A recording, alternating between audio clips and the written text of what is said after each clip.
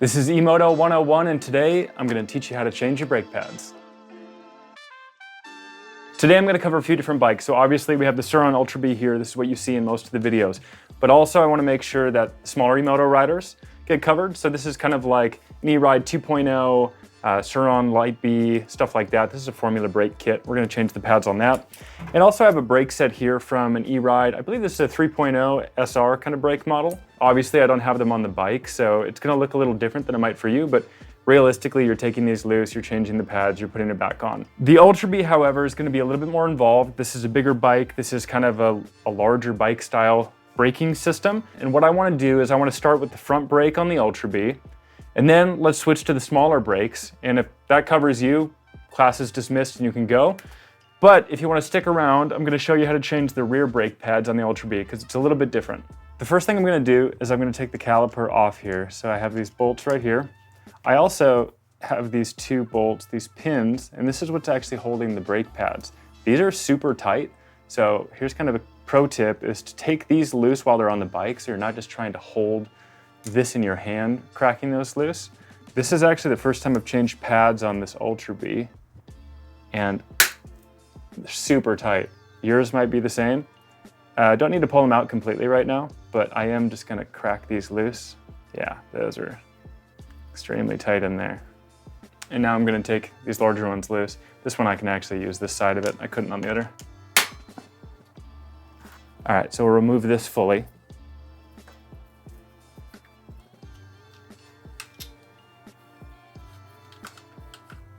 Now that that's free, this can just slip out the back. Just kind of pull it off the rotor like that. All right, and you could use something more plastic. I know these pads are gonna get replaced, so I'm not so worried about them here, but what I'm gonna do now is I'm gonna split these pads apart. So those are definitely way more split open than they were. So now let's pull the pin out and pull these pads. There's obviously some Loctite on there too. You can see the blue Loctite. So it's a good indicator that it's really important to Loctite that when you put it back in, which we will. I definitely could have done this to make it a little bit easier to split the pads, but I'm going to take this part off right here. It just slides out. This is really similar to what you're going to see in the rear. At this point, with these pads like this, you should basically just be able to kind of give them a little pinch and they come right out. Super simple. The pads I'm going with on the front here are the EBMX brake pads for the Ultra B. I think these are going to be pretty perfect on this bike. So I'm going to start by kind of putting this clip together like this. Being mindful, trying to like keep the pads clean while I do all this. This little clip is going to surround both sides of the pads. We're just kind of reversing everything, right? It's pretty easy from here on out. Brake pads are going to go in. Make sure they're really seated all the way down in there like that. Now I'm going to put this piece back on there, making sure that this clip is in place. This can come loose on this bike. So I'll line these up, make sure they go in their little boots properly. I cleaned up these pins a little bit, and I'm going to take some of this thread lock, Loctite, whatever you want to call it. Just put a little bit around these threads. Now it's time to put the pins back in. So my 4mm Allen. Should be obvious that they're sliding in. Can thread them up here. And now I'm gonna put the second one in. I feel like I actually do have a decent enough grasp on these that I can tighten them down. It's gonna be pretty tight. Now I'm gonna make sure my clip is in the right place. The bottoms are good, top is good. Now it's ready to put on. I have my bolts here. I'm gonna put a little bit of thread lock on them. Honestly, I feel like the residue from the last batch of thread lock is probably gonna hold them in there pretty well, but better safe than sorry. All right, about to have these all tightened up. This is gonna be an example that doesn't matter so much for this bike. This is more for like the smaller E-moto brakes that I'm gonna talk about in a minute. So let's just pretend that this is the smaller E-moto brake, right? At this point right now, you're gonna get it almost tight, but not all the way. with the caliper still a little bit loose, I'm just gonna start getting this pumped up again. So to quickly explain why this matters right now, you see how there's like a little bit of free play where the brake can go left and right?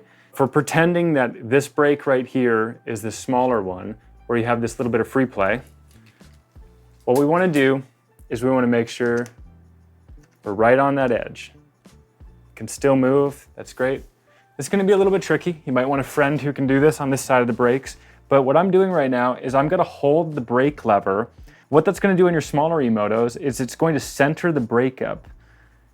And then, as you're still holding the brake, then you're able to tighten it.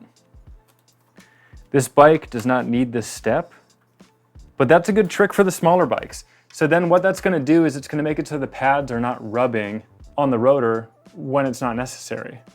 And if you need to do a little fine tuning, you can crack them loose, you can kind of look down the rotor from the back or the front, and you can make sure that it's centered, it's not rubbing. That's just a little tip if you need help centering up your pads. The front brake on the Ultra B is on. Now let's move on to the smaller E-motos. This is a formula brake setup. This is pretty small. And what you're gonna see is that this functions pretty much exactly like this larger brake that's designed for an E-Ride 3.0 and SR. They're basically the same thing. They have a retainer clip, they have a single pin going through them, they have mounts for the bike that allow it to go left and right. The difference that you're gonna see is how this clip on top here goes in. But otherwise, they're the exact same kind of thing. So we're gonna do just the formula brake setup today to save you some time, since it's basically the same process. To start with, you're gonna have your little retainer clip back here. That's gonna need to be removed because otherwise this bolt will not come out. If you don't have a retainer clip, that's okay. So to get this retainer clip out, you could use something like a flathead screwdriver. To prevent a little bit more damage on this bike today, I'm gonna use a pick. If you don't have that, just use whatever works for you. This thing is tiny. This is gonna go flying across the room unless you get behind it a little bit. So I'm actually gonna put my thumb behind it here. While I do this, I'm gonna put the pick in and I'm gently gonna pop it out. It's probably gonna drop on my desk, stab my finger a little bit. That is free now. I'm gonna set that aside to make sure that I don't bump it. And now I'm able to take this pin out. So for this bike, this is going to be a 3mm Allen that takes this loose. This can be backed out like that. This pin is gonna come out of here. And we will set that aside. And now all I have to do is either push up from the bottom, or I can just give it a little pinch right here to get that started, and can pull the pads right out of there. So these are brand new pads. We don't need to change these today, but I just want to show you what they look like. So for putting this back together, I'm going to set this clip in here. I'm going to grab this other pad, make sure I don't bump it too much with my fingers. Okay, make sure that's all aligned. Check both sides of this here to make sure that that's in place. And now we just reverse it. So now I'm gonna come in from the top side. I'm gonna give this a little pinch, make sure that it stays together. And I'm just gonna drop this in like so, ensuring that that clip is just where it needs to be, which it is. Now we can put our pin back in. So if you didn't have a retaining clip on your bike, now would be a good time to put a little thread lock right here. That'll save you. Otherwise, get a new retaining clip for your bike.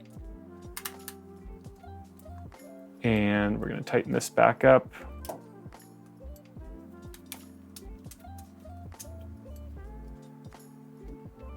Like that. And the last step here is to put the retaining clip back on. It's a little tricky just because it is so tiny. And how this works is it has to go straight in like this. I'm gonna line that up straight as I can. And I'm gonna get behind it here, which is kind of the blunt side of this pick. Just like that. This is how it's gonna go on your bike. You're gonna have the bolts that go through here and here. And what that's gonna allow you to do is it has a little tolerance, so it can go left and right.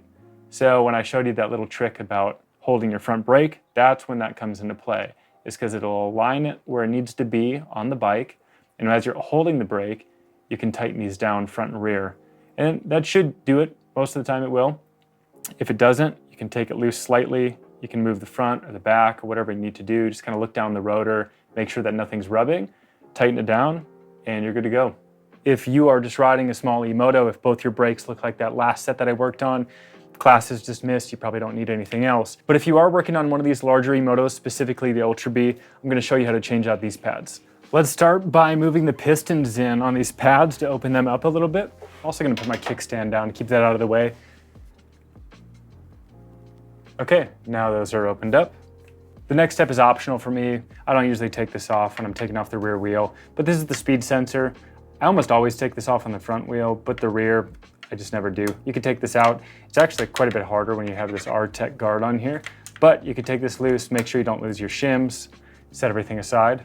Now we need to take the rear wheel off, so I'm gonna start by cracking this nut loose right here.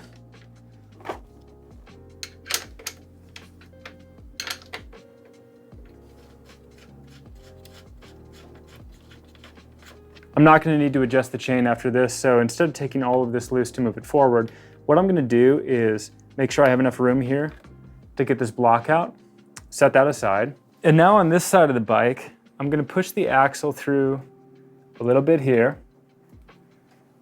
What that's going to allow me to do is take that block and push it out like this. What's great about that is now I can push the wheel into those and my chain goes very slack. So what you can do, it's gonna get a little dirty. You might wanna put a pair of gloves on for this one, but I'm just gonna roll the chain off. You can set it on top of your swing arm like this. After that, it's as easy as supporting the wheel, pulling the axle out, and removing the rear wheel. Now to make my life easier, I'm gonna take these pins loose. So crack those loose. I don't need to take them out all the way. I'm just gonna go a little ways so it's not hard to take them loose. I'm trying to hold the caliper in my hand. What's different about the rear compared to the front is that this actually isn't bolted in. This actually comes loose like this. And you can see that there's a groove right here. There's a tab on the swing arm. This is what allows you to have forward and backward control when you're adjusting your chain. So what we can do, it's just like the front, it has these little plungers to it. And you can basically just pop it out just like that. And now the pads are exposed. Pull those out of there. And these brake pads are ready to be pulled out. Just gonna give that a little squeeze. The brake pads I'm gonna put in today on the rear are these ones by Project 9. These are actually their ceramic ones. No rhyme or reason to having both eBMX and Project 9 on this bike. We just had a pair of both at the shop and making them both work together. So I have my clip, gonna put my first pad in there. And now I'll put the other one in. And now we can put it back in here. So I'm gonna ensure that the clip is where it needs to be. I'm gonna give it a little pinch. And I'm gonna slide that in like so. Gonna take both my pins and put some thread lock on them. The blue stuff is good for this. Reinsert both of these pins. Make sure it's all lined up. You might need to back the pad out slightly to get these pins to drop in. Tighten them both down.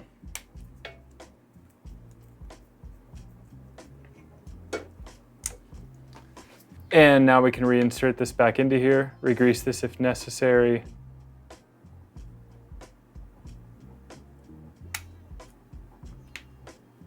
Like so.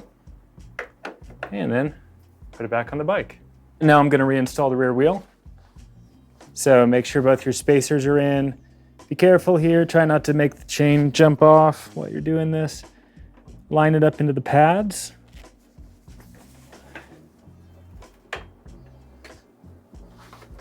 Line it up with your spacers. And now when we're at this point here, it's in the pads. I'm gonna put the axle in, but I'm not gonna go fully in. I'm just gonna go in far enough to the point where it's supporting itself on the other side, but not more than that. Because remember, what we wanna do is we wanna be able to still push this in all the way like that. So then we're able to put the chain back on without having to readjust it. So now I can lay the chain back on here. Get it as far back as you can. I usually like go from the top, try to get to the midsection of the back, because at that point, you can just roll it on like that. And now you can pull it back, get your little block back in there where it's supposed to be. And now this axle can go in all the way. Now we can add our block back in. Should be enough room.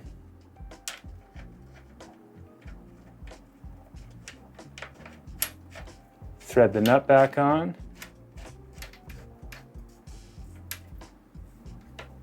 And if you watched the how to tighten your chain video, we're gonna use that little trick. Last time we used a wrench in between the chain and the sprocket. This time I'm gonna use a rag. So, I'm gonna bunch up this rag, gonna watch my fingers, and I'm gonna put it in there like that. And what that's gonna do is it's gonna push the wheel forward into the blocks. So now I can tighten this up. And we'll tighten that up all the way. Rotate the wheel forward, pull the rag out. And now just pump the rear brake and make sure that it's firm. Thanks for watching these 101 videos. If you have more ideas for this series, please leave it in the comments below.